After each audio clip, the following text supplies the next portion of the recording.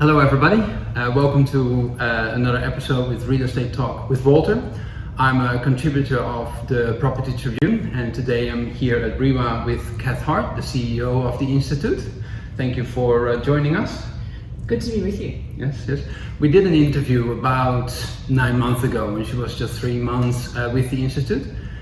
In May she's actually celebrating 12 months, so she has a lot to look back onto and lots of things in the pipeline that she's planning to do. So we are looking to share that with the broader community and in an article for the Property Tribune as well. So let's go straight into it. How do you look back to these first 12 months at REIWA? Yeah, look, it's been wonderful. It's been a whirlwind. We've been very busy, but it's just been fantastic. I suppose some of the highlights have been absolutely getting out and meeting our wonderful members across all the different segments, and really kind of going out and understanding the kind of challenges and opportunities that they're seeing both in their businesses and in the market at the moment. And obviously it's been a very interesting time to have come into the role with those 11 interest rate rises that we've experienced. So that's been quite fascinating. In terms of our operations, we had the very successful relaunch of REIWA.com, Yes. Which was a kind of a significant project for the business, and has gone quite well, and the feedback has been really wonderful from both our members and the public who are using the site. We've also made a priority of cybersecurity as a policy issue, and also as an area where our members have asked us for more support. And I was pleased that we were able to be kind of showing some leadership in that space. Then as it happened, we saw some of these large cybersecurity breaches. So we will continue to prioritise that. We were fortunate to sign an MOU with Edith Cowan University and their National Centre for Cybersecurity Excellence, and so we had a very successful forum around cybersecurity, and we'll continue to kind of support our members in that space.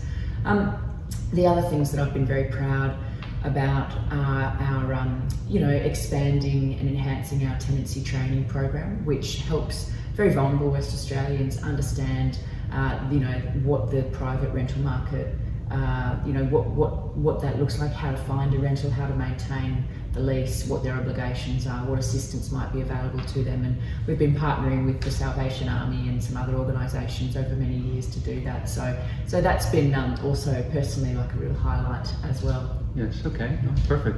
I do know that within these 12 months you've had some additional appointments received as well.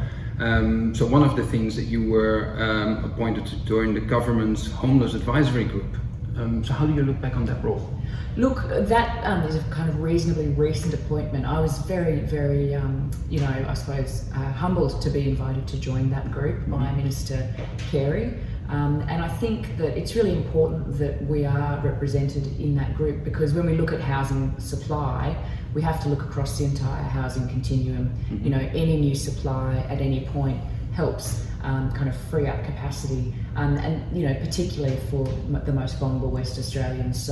So we've had our first meeting of that group, and I see my role there as being about kind of saying, how do we kind of ensure that the private market is playing a role in terms of delivering both houses to build, but also houses to lease. Okay, no, excellent, perfect. All right. So you mentioned the interest rate rises, and with that cost of living is going up. We recently had the state and federal budget being announced. What's REIWA's view on those? Look, yeah, it's a great question, and I think for me, in the market we have at the moment, where rental vacancy rate is at 0.7% and hit a 42-year low just a few months ago, I think that the real question that I ask of any policy is, does it create more opportunities to build, buy or lease a dwelling in Western Australia? So we were really pleased to see a number of initiatives in both the state and the federal budget around increasing supply, both in terms of incentivising off the plan development, and also in terms of ensuring, you know, that build to rent remains an attractive proposition and that we can continue to grow that that type of product in Australia. We also saw funding for apprentices in the construction sector in the state budget, and also initiatives to attract skilled migrants in those trades as well to WA. So those are really important measures. The state government also announced, I think, more than $500 million for you know, homelessness initiatives as well. And so I think these are really good initiatives. They'll take some time for that to turn into stock in the community, but you know, it's really promising to see that we are kind of tackling those big policy challenges around housing supply. Okay, good. So comfortable future to look towards.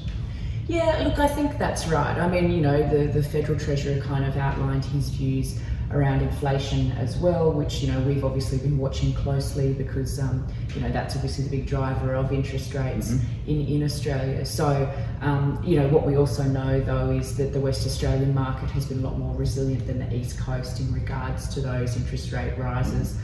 So we remain optimistic, you know, about the outlook for the WA housing market over the rest of this year. Okay, perfect. And in line with that, how do we see REIWA's role within the next, say, year or two within the current market? Of course, it's difficult to look into the future, but you would have some plans on what you want to focus on. So could you share that with us? Absolutely. Yeah, look, we're about to sign off on our new strategic plan, and some of the priorities that people will see in that is really around emphasising and enhancing our advocacy effort, you know, and our aim to be one of the most impactful associations in the state.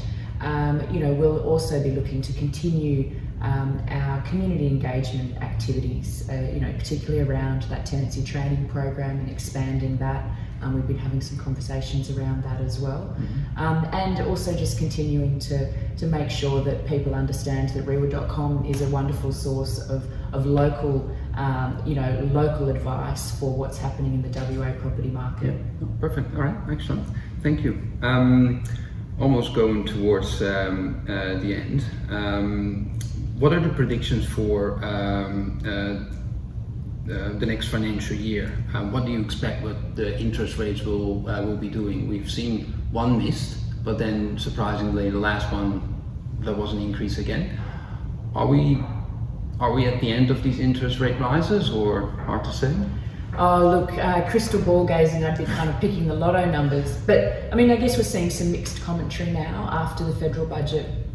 There are some economists who are now flagging that there potentially might be more interest rate rises. I think we're still waiting in a little bit of a wait and see period. I guess what I would say is that, you know, we still expect kind of, you know, moderate growth in the WA market. You know, we have experienced that over the first quarter of this calendar year. And I guess what that says to us is that, you know, demand remains really strong, stock levels remain very low, and so, you know, we are seeing some kind of upward pressure in terms of sustaining prices where they are. You know, the population is forecast to grow in Western Australia. Overall, we have just proven to be much more resilient in the West to those interest rate rises than on the East Coast. So I think that's not to say though that they're not having an impact. You know, the average mortgage repayments have gone up by kind of more than 40% since rates started rising, and there's a lot of people who are coming to the end of fixed term loans who'll be going onto a variable rate, you know, with a significantly higher repayment. So that's across the country though that we're seeing that. I do really think that for people in the rental market, you know, we know that things are very challenging at the moment with that very low rental vacancy rate. So, you know, we kind of do work to kind of educate consumers about what that looks like. what the drivers are behind that. And really it kind of goes back to some of the things we talked about earlier around housing supply. So, you know, we know that people are doing it tough in the rental market. Yeah. So, and that unfortunately looks set to continue for some time yet. Okay, all right, no problem. In line with that, and to finish off, is there a message that you have for, you know, real estate professionals out there, for renters, for buyers, for investors? What is your general message to the public? Oh, look, I mean, I think if there was any one message for all of those groups, it would just be to, you know, make sure that you've got a local source of advice around the WA property market, because, you know, often we see commentary from the East Coast which doesn't really reflect what's happening here. WA does classically tend to move out of cycle with East Coast property markets, and so that's why I think having, you know, a local source of knowledge is so important, regardless of whether you're looking to invest, sell, buy, or lease, you know, lease a dwelling in WA. I suppose if then I was to kind of break it down, I would say, investors, we need more of you. You know, one of the things we need most at the moment in Western Australia is people who are willing to own a house that they lease out to somebody else. Yep. And I'm sure every person who's a prospective tenant at a home open would, you know, would agree with that. So, you know, you know, I think that that's kind of probably one of the challenges that will remain with us for some time. But, you know, we know WA remains one of the most affordable, you know, markets in the country, and so I do hope that we begin to see, you know, investors from the East Coast potentially look to the West Australian market, and so we can kind of make sure we've got some increased stock. You know, we know that the new home building sector is, you know, trying to get those homes to completion. Hopefully that will help increase a bit of stock as well. Okay, no, good, all right. Well, thank you for sharing this information with us today. I'm gonna share the feedback from this interview in the Property Tribune, so please stay tuned, and if you have any questions for Cath or for myself, feel free to reach out. We're always happy to have a chat. Thank you. Thanks, Cath. Thank you. Cheers.